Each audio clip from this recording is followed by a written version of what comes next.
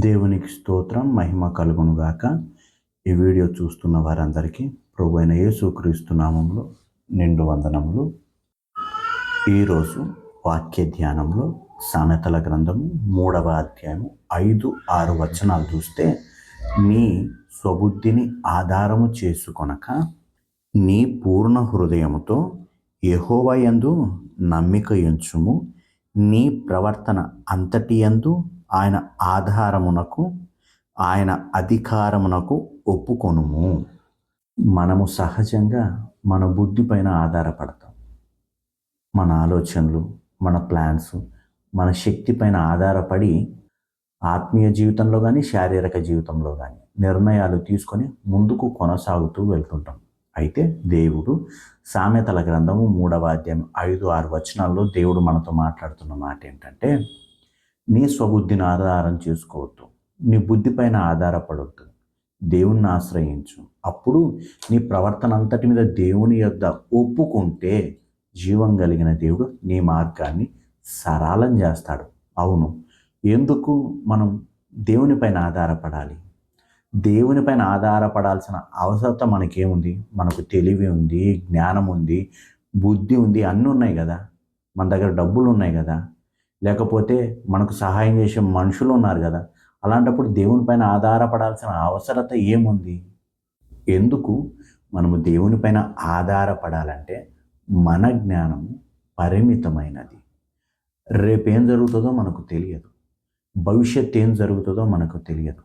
కానీ జీవం కలిగిన దేవుడు ఆది అంతమును ఎరిగినవాడు. కొన్ని వేల సంవత్సరాల తర్వాత ఏం జరుగుతుందో ఇప్పుడే చూచినవాడు. అలాంటి దేవుని పైన మనం ఆధారపడితే మన ఆత్మీయ జీవితం కానీ, శారీరక జీవితం కానీ సాఫీగా జరగడానికి అవకాశాలు చాలా ఎక్కువ ఉన్నాయి. యాకోబు, ఎందుకంటే యాకోబు రాసినటువంటి పత్రిక 4వ అధ్యాయం 14వ వచనంలో చూస్తే, రేపేమి సంభవించునో మీకు తెలియదు, మీ జీవం ఏ పాటిది, మీరు కొంతసేపు కనబడి అంతలోనే మాయమైపోవు ఆవిరి వంటి వారే. దేవుడు యాకోబు ద్వారా మనకు తెలియజేస్తున్న మాట ఏంటంటే, రేపేం జరుగుతుందో మీకు తెలియదు. మీ జ్ఞానం ఇప్పుడు జరిగేది కూడా, అందులో కూడా మీ జ్ఞానం సరిపోదు. కాబట్టి కొన్ని వేల సంవత్సరాల తర్వాత ఏం జరుగుతుందో గుర్తించగలిగిన దేవుని పైన మనం ఆధారపడితే మన ఆత్మీయ జీవితము సాఫీగా జరుగుతుంది. అంతేకాకుండా మనిషి బలహీనుడు, జీవం కలిగిన దేవుడు శక్తివంతుడు. మనుషుల పైన ఆధారపడిన, మనకున్న జ్ఞానం పైన మనం ఆధారపడిన మేబీ ఒకవేళ దెబ్బతినే ఛాన్సెస్ ఎక్కువ.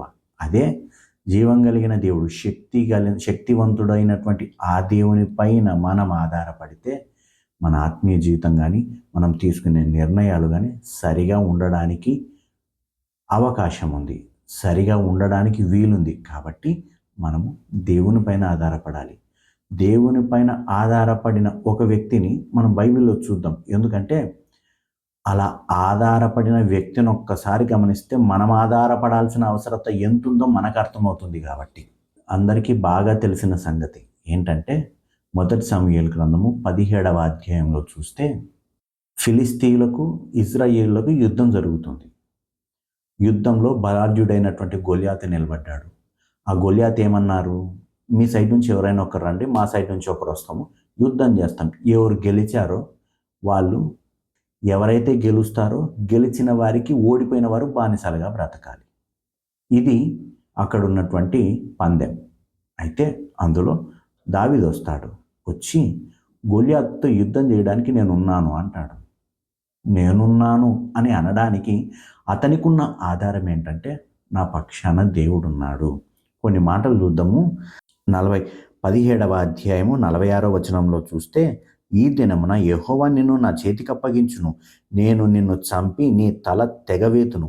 ఇజ్రాయేలీలలో దేవుడున్నాడని లోక నివాసులందరూ తెలుసుకున్నట్లు నేను ఈ దినమున ఫిలిస్తీయుల యొక్క కరేబ్రమును ఆకాశ పక్షులకును భూ మృగములకును ఇత్తును. అప్పుడు యెహోవా కత్తి చేతను ఈటె చేతను రక్షించువాడు కాడని ఈ దండు వారందరూ తెలుసుకొందురు. యుద్ధం యెహోవాదే, ఆయన మిమ్మును మా చేతికి అప్పగించునని చెప్పారు. అతడు చూస్తే చాలా హైట్ పర్సన్, యుద్ధశాలి, అన్ని రకాలుగా కేవలం యుద్ధం కొరికే బ్రతికే వ్యక్తి. దావీదు గారు చూస్తే గొర్రెల కాపరి. అలాంటి వ్యక్తి ఒక్కసారిగా అంతటి వ్యక్తిని జయించడానికి అతని హృదయము అంతగా పనిచేస్తుందంటే కారణం ఏంటంటే అతడు దేవునిపైన ఆధారపడినవాడు. దేవునిపైన ఆధారపడ్డాడు కాబట్టి, దేవుని సహాయాన్ని కోరాడు కాబట్టే ఏం జరిగిందంటే దేవుడు గొల్యాతును సైతము దావీదుకు అప్పచెప్పాడు. ఒక్క దెబ్బకు, చిన్న రాయి దెబ్బకు అంత పెద్ద దేహాన్ని దేవుడు పడగొట్టాడు. గొర్రెలు కాసుకునే వ్యక్తి ఒక్కసారిగా సైన్యంలో చేరాడు. ఒక్కసారిగా ఇజ్రాయేల్ దేశానికి రాజుగా మారాడు. గొర్రెలు కాసుకునే వ్యక్తి ఒక్కసారిగా ఇజ్రాయేల్ ప్రజల మీద రాజయ్యాడు. ఎందుకంటే అతడు దేవునిపైన ఆధారపడినవాడు.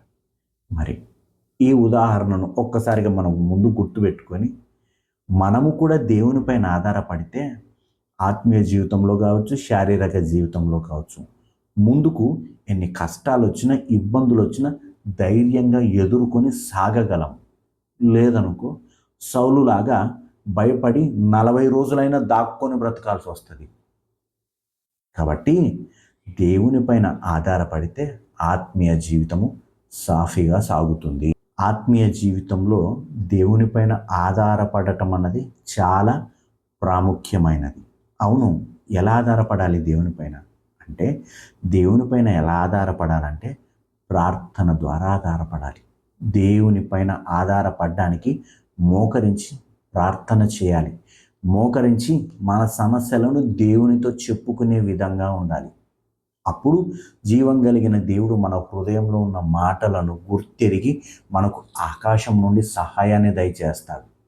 చాలామంది దేవునిపైన ఆధారపడడం అంటే, ఉదాహరణకు కొన్ని సందర్భాల్లో కొన్ని నిర్ణయాలు తీసుకునే అవసరత ఏర్పడుతుంది. ఆ నిర్ణయాలలో మనకిష్టమైన నిర్ణయం తీసుకున్నాం అనుకో, జీవితం అన్నది నాశనానికి దారితీస్తుంది.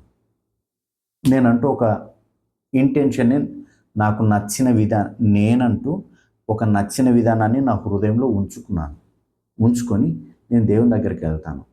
దేవుని దగ్గరికి వెళ్ళి ప్రార్థన చేస్తాను. ఉదాహరణకు పెళ్లి వయసు వచ్చింది. పెళ్లి వయసు వచ్చినప్పుడు దేవుని దగ్గర ప్రార్థన చేయాలి. ప్రభువా, నాకు పెళ్లి చేసుకోవాలన్న కోరిక ఉంది, ఆశ ఉంది. నాకు తగిన అమ్మాయిని మీరు నీ చిత్తంలో ఉన్నట్టు నాకు పెళ్లి చేయండి ప్రభువా అని ప్రార్థన చేసుకోవాలి. కొంతమంది ఏం చేస్తారంటే, ముందుగానే ఒక అమ్మాయిని అనుకొని వాళ్ళు ఏం చేస్తారంటే దేవుని దగ్గరికి వెళ్తారు. ప్రభువా, నేను పెళ్లి చేసుకోవాలనుకుంటున్నాను, మీ చిత్తంనైనా ఎవరినైనా చూపించండి అంటారు. ప్రార్థన చేస్తారు. ప్రార్థనలో చేస్తే వాళ్ళకి ఎవరు కనపడతారు? ముందే ఫిక్స్ అయి ఉంటారు కదా, మైండ్లో ఒక ఆలోచన ఉంటుంది కదా, వాళ్ళకి ఎవరు కనపడతారు? సమంతనో కాజలో కనపడరు. వాళ్ళు ఎవరినైతే ముందుగా అనుకున్నారో వాళ్ళే కనపడినట్టు కనబడతారు. రైట్, మాకు వాళ్ళు కనపడ్డారు.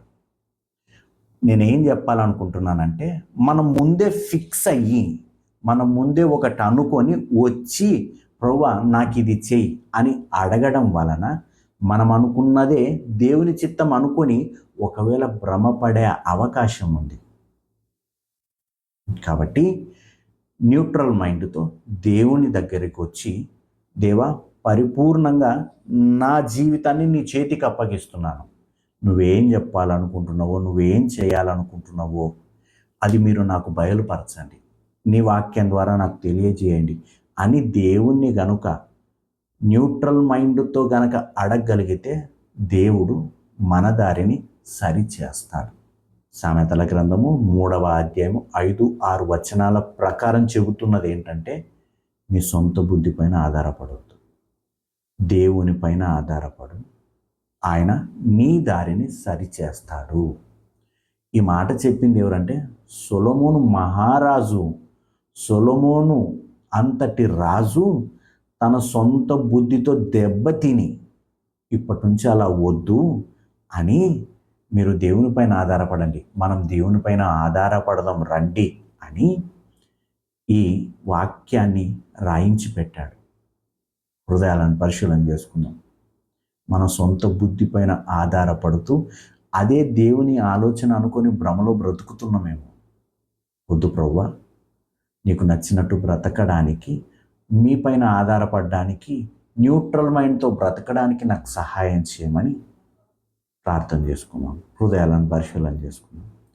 మహాదేవుడా, మహాగణుడైన ప్రభువా, మీకు స్తోత్రములు నాయన. మీ కృపను బట్టి మీ పైన ఆధారపడుటకు మాకు సహాయం దయచేయండి. మీ హృదయంలో ఉన్న ఆలోచనల ప్రకారం ఈ భూమి మీద బ్రతుకుటకు కృప చూపించండి. మీ శక్తి కలిగిన ఆత్మచేత మమ్మల్ని భూమి మీద నడిపించమని, మా సొంత ఆలోచనలను పక్కన పెట్టి నీకు నచ్చిన ఆలోచనలకు మేము ముందుకు కొనసాగుటకు ఆత్మీయ జీవితంలోను శారీరక జీవితంలోను జరుగునట్టు సహాయం దయచేయమని యేసయ్య పరిశుద్ధమైన నామంలో అడిగి వేడుకొని ప్రార్థిస్తున్నాము తండ్రి. Amen, amen. దేవునికి స్తోత్రం, మహిమ కలుగునుగాక. ఆమెన్.